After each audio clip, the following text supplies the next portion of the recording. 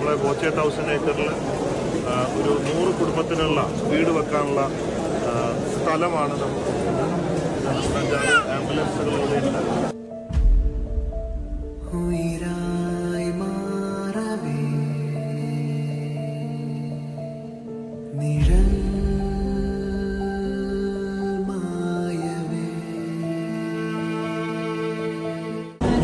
നമ്മളെല്ലാവരും